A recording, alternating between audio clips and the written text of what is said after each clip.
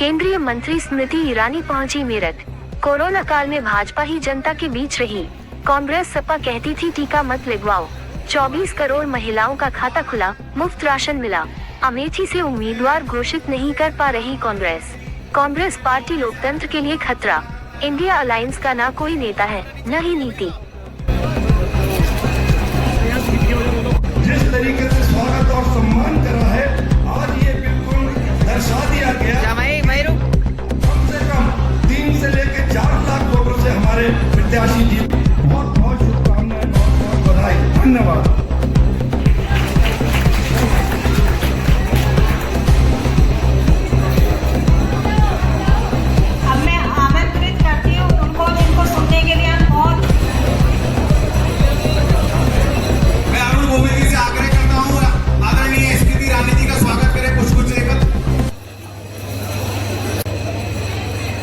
बच्चे से लेकर बच्चा जब बड़ा होता है, पहली बात तो जन्म होता है तो माँ देती है। बच्चे को कुछ चाहिए होता है बड़ा होने के लिए तो माँ देती है। कुछ भी सिखाती है तो माँ सिखाती है। यानी हर काम जो है ना, वो दुनिया में, इस समाज में, दुनिया में महिला करती है।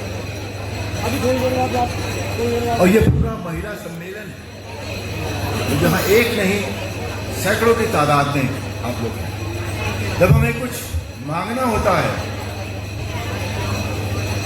तो हम से लगाना चाहिए हम सबको कि आवाज उनके कानों तक पहुंचे जिन्होंने भगवान राम के अस्तित्व को एफिडेविट देके कोर्ट में नकार दिया।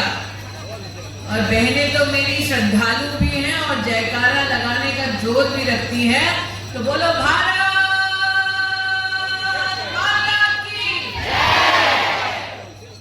ऐसा लगता है बहनें ही जयकारा लगा रही थी, भाई सिर्फ चुपचाप खड़े सुन रहे हैं।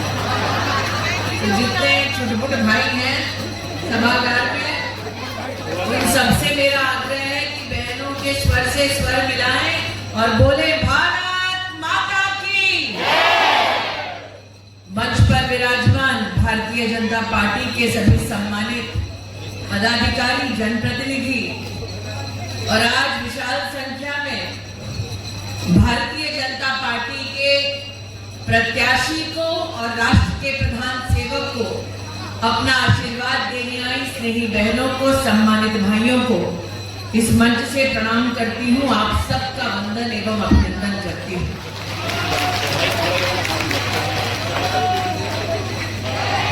हर व्यक्ति ने अपने जीवन में इस सत्य को जिया है कि जब जब हमें दरकार पड़ी तब तब हमने दरवाजा खटखटाया भगवान का।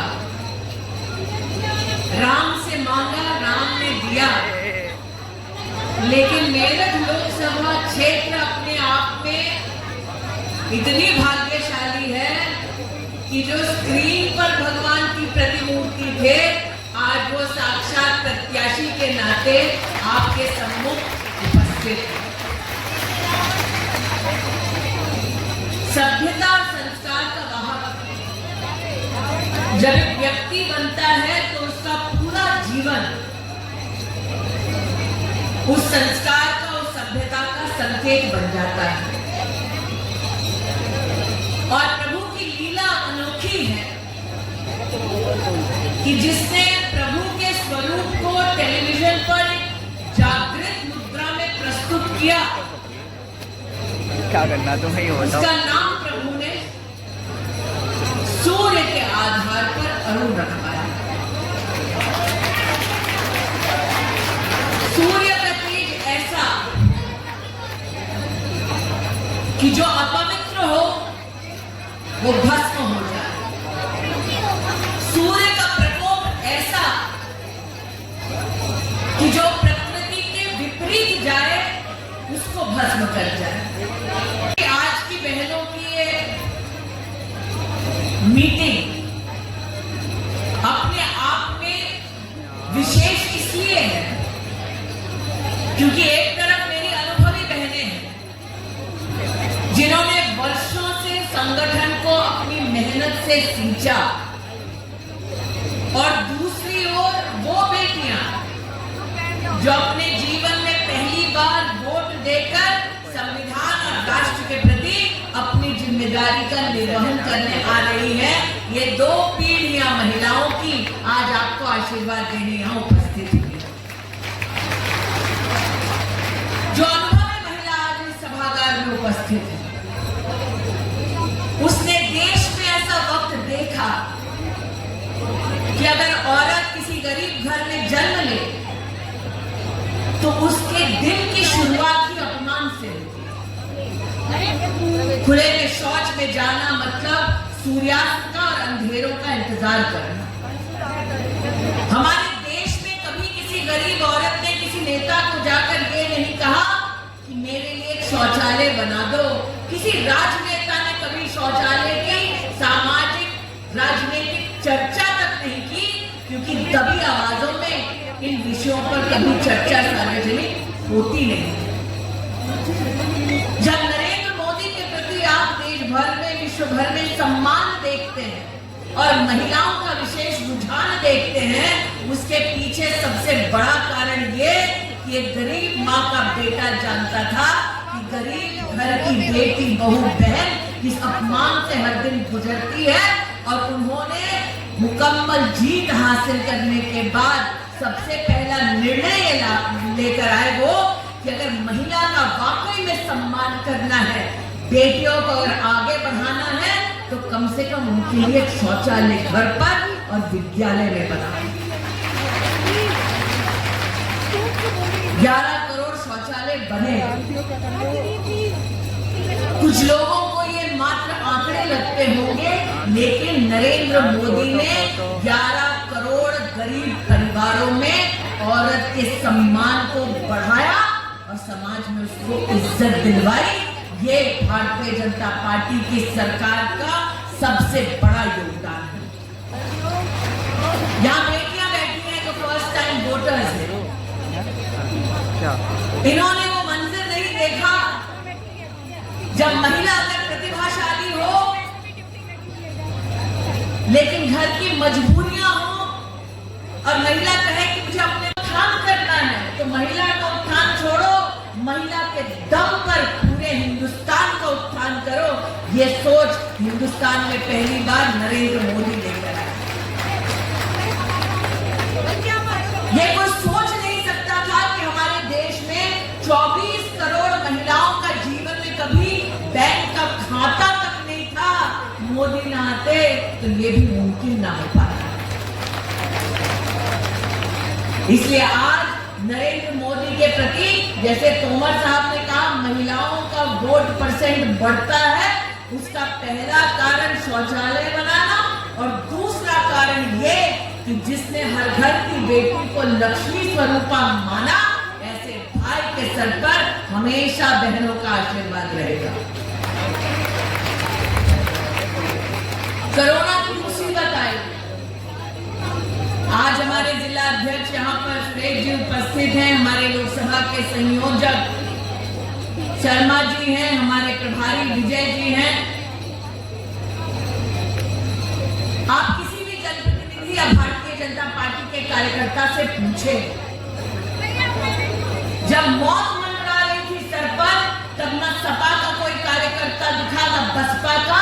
ये भारतीय जनता पार्टी का कार्यकर्ता था जिसने गांव-गांव, घर-घर जाकर हर मोहल्ले में मास्क बांटा, सैनिटाइजर बांटा और गरीब को खाना बनाकर खिलाया, और मोदी ने मुफ्त का राशन पहुंचाया। ऐसे माहौल में जब देश को एकजुट रहने की जरूरत थी, तब सपा वालों ने कहा टीका मत लगाओ, कांग्रेस वालों ने कहा टीका बाहर से लाओ, मात्र मोदी था जिसने कहा हिंदुस्तान में टीका बनाओ, पूरे विश्व में हिंदुस्तान का जौहर दिखाओ। यहाँ कितने लोगों ने वैक्सीन लगाई है? पुरुषों ने नहीं लगाई क्या? लगाई है? आज ये कहने आई हूं कि जिसने वैक्सीन लगाई हाथ उठाया, भाई हाथ दिल पर रखकर बोलो, अगर केंद्र में कांग्रेस की सपा की सरकार होती तो क्या वैक्सीन मुफ्त में सब तक पहुंचता? अगर केंद्र में सपा की कांग्रेस की सरकार होती तो क्या गरीब तक सील लगाया ना, तो 26 तारीख को जाओ पोलिंग बूथ पर, सपा को रिजेक्शन का इंजेक्शन लगाओ, कमल का बटन दबाओ और अरुण गोविल को जिताओ। आज एक होने आए।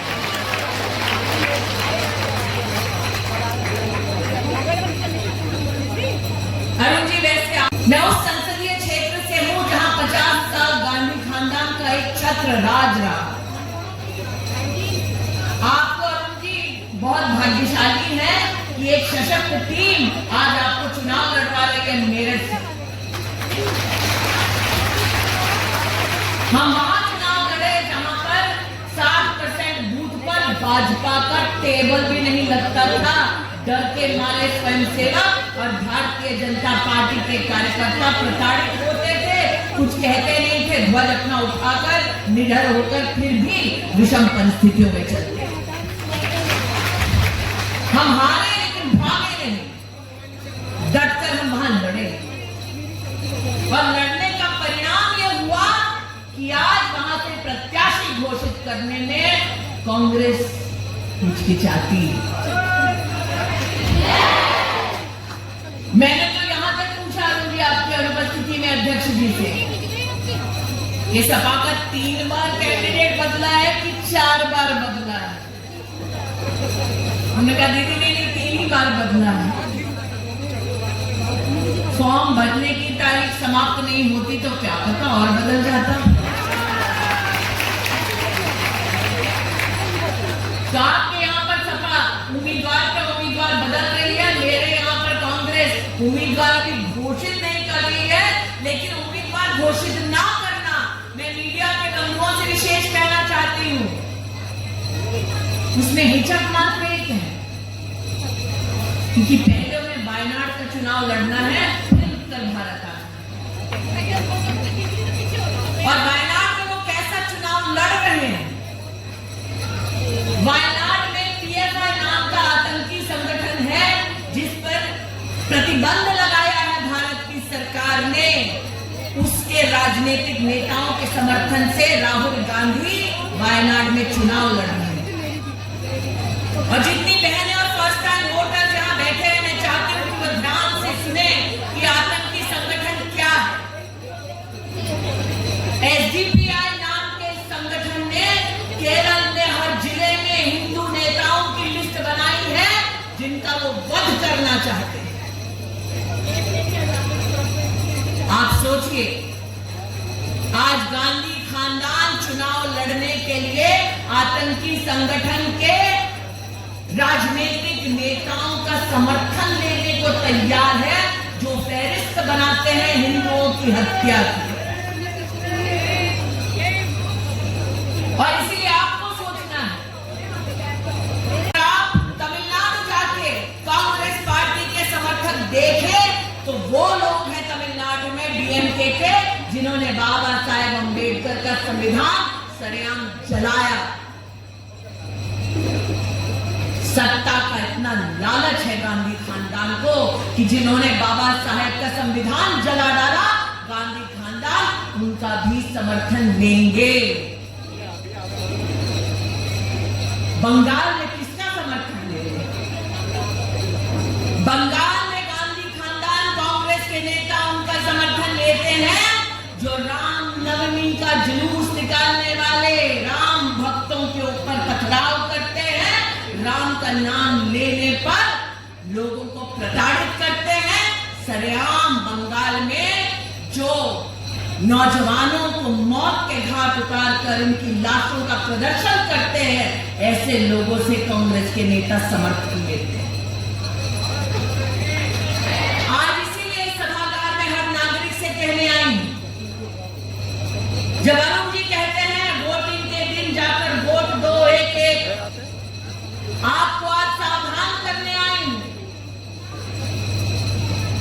आपका वोट क्या मायने रखता है? जिंदगी और मौत के बीच का अंतर है आपका वोट। आपका वोट क्या मायने रखता है?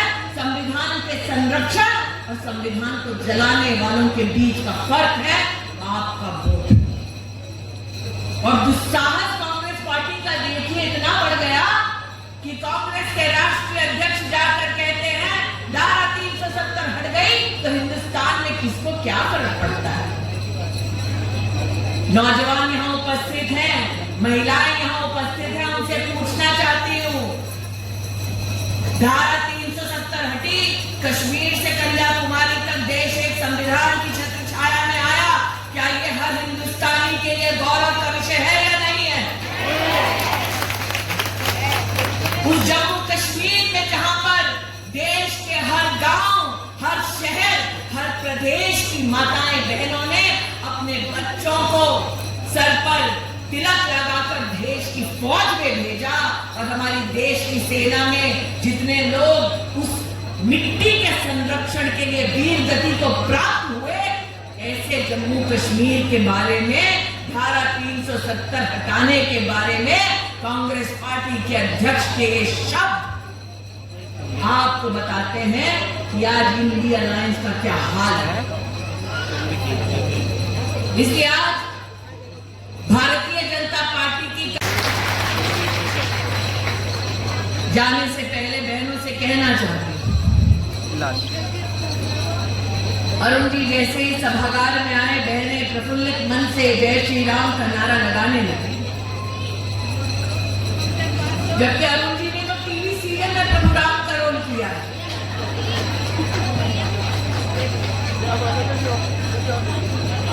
लेकिन हम सीरियल को भी कल्पना नहीं मानते हैं, साक्षात मानते हैं। ऐसी राम की लीला है कि नहीं? यह हमारी आस्था है, हमारी श्रद्धा है, और उनका अहंकार ऐसा कि वो भगवान के अस्तित्व को देश की कोर्ट में नकार देते हैं। लेकिन प्रभु हमारे उदार हैं, जिसने नकारा उसको भी प्राण प्रतिष्ठा के समारोह का आमंत्रण मिला कि नहीं मिला? अक्षत का कार्यक्रम मेरठ में हुआ कि नहीं हुआ? कितनी बहनों ने अक्षत को सर माथे पर लगाया, आंचल फैलाया, प्रसाद दिया ना? अब ये बतलाओ, 7 वाली बहन के घर में अगर राम लगा के भव्य मंदिर के निर्माण के समारोह का न्योता आता, तो अपन 7 वाली दीदी के घर जाकर उनको भी प्रणाम करते कि नहीं करते? करते ना? फिर बैठ के सोचते रहे, इसको किस हमसे बढ़तर है, इसको तो न्योता है, सोचते ना? आप तो गए थे। लेकिन कांग्रेस का अहंकार देखिए, प्राण प्रतिष्ठा समारोह का न्योता तक ठुकरा दिया। अरे जो भगवान को ठुकरा दे, वो इंसान का क्या खाक हो पाएगा?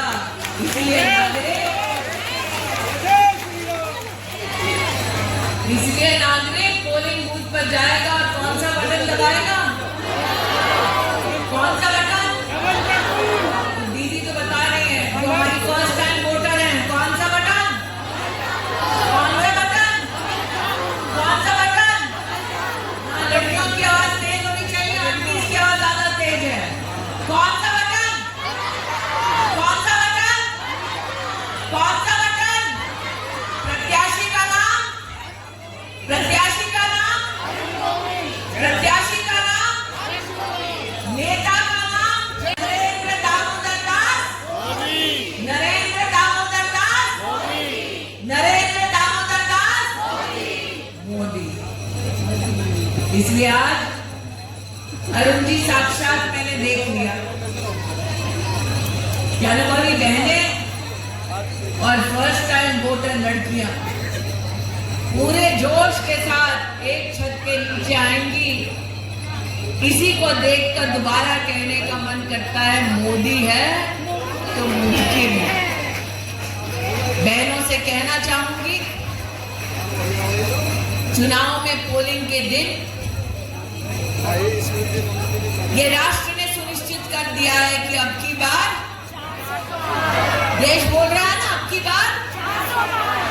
बार, लेकिन उसके लिए जरूरी है कि हर बूथ पर जाएं, कमल का बटन दबाएं, अरुण जी को जिताएं और अरुण जी को मोदी जी के सानिध्य में देश की संसद में ले जाएं। आज बहनों को यही निवेदन करते हुए अपनी वाणी को विराम देती हूँ। जय हिंद, जय